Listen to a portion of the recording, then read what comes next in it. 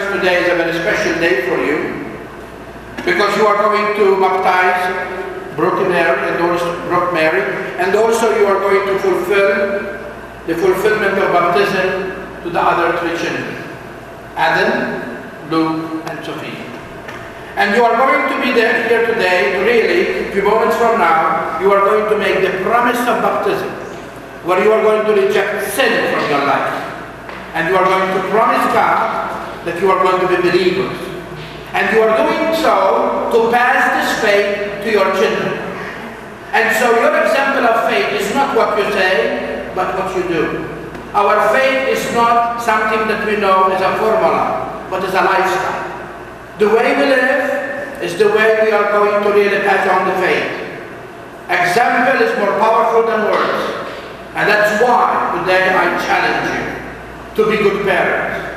Good parents not only to go the tribulation that we went through with the triplets, because it was a hard road for you, but also to remember that you are the extension of the church in that domestic church. You are the church in your own home. And so what they learn from you, they're going to give us back in return. Because nobody gives, one never had.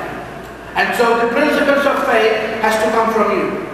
You are going to pass them on to other people whom you trust to teach them. But you are the primary teacher in the education of your children, whether it is spiritual or even intellectual. And so I challenge you today to really be there for your family. I know that work is important. I know you have bills to pay like all of us have. But remember, the greatest gift that you are is the gift to be a parent.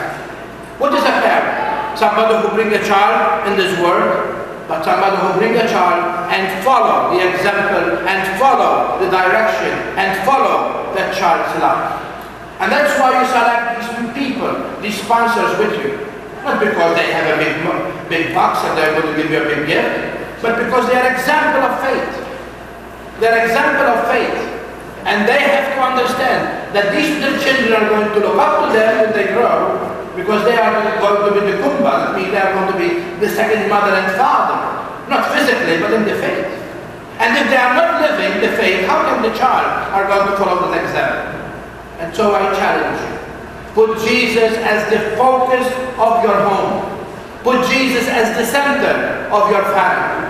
Make sure that Sunday Mass is not if for but. Are you hearing me? That Sunday Mass is not if for but it's something that we need to really come together to hear the message and to offer to God the Father the same sacrifice of His Son, that He said to us, do this in memory of me.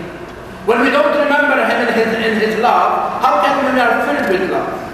We receive His message to guide us in our life, and we receive His food to strengthen us in our weakness that sometimes this nature provides for us.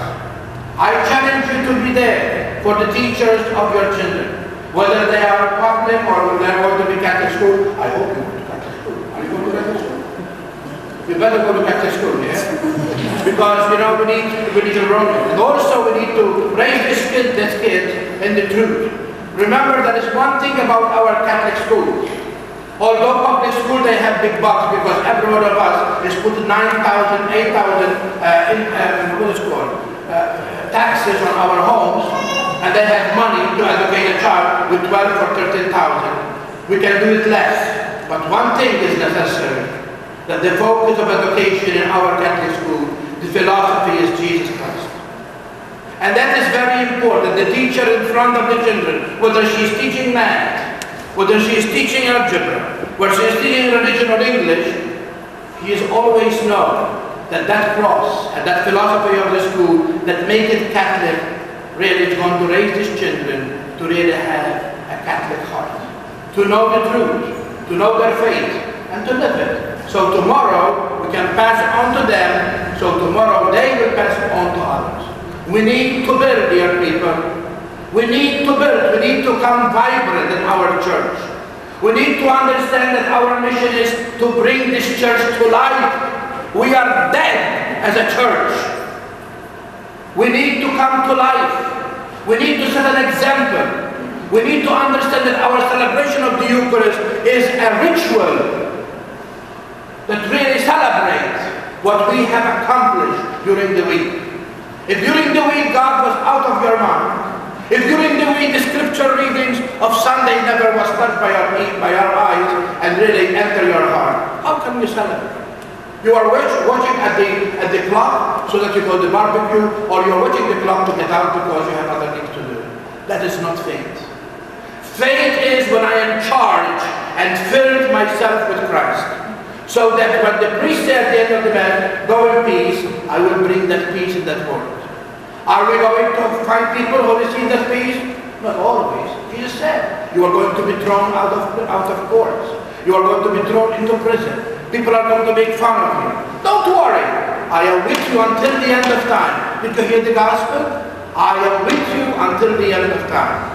Dear parents, if God is with you, who can be against you? If God is there side by side with you because you allow Him to be, who can destroy your marriage? Who can destroy your family? And that's why we need Him as the center of our lives, because He is the solution that we need in life. I challenge you to really watch your children with whom they hang around. I ask you to be there with them, to teach them, and to be there for them, to remember about your language in front of them. Because sometimes when you are a little angry, you are going to use language, they are like tape recorders. They're going to record, they're going to rewind, they're going to play it for you. And don't tell them, where did you learn that word? Because you have taught him that. You have taught him that. I congratulate you. I ask God's blessing upon you. May God do it. May St. Anthony, which you are now about to give his children in his protection, help. May the Virgin Mary, whom we love dearly and we present them today to her, guard them from any harm. And may God be happy with you, because you are the extension of our church.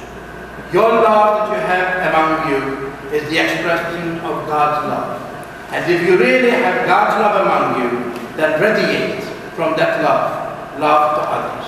And not only your children, but everyone who comes in contact with you. May God bless you. And may God give you many, many years of happiness. And may you see these children to come to their best of their ability to be tomorrow leaders, not only of our state, but especially of our church.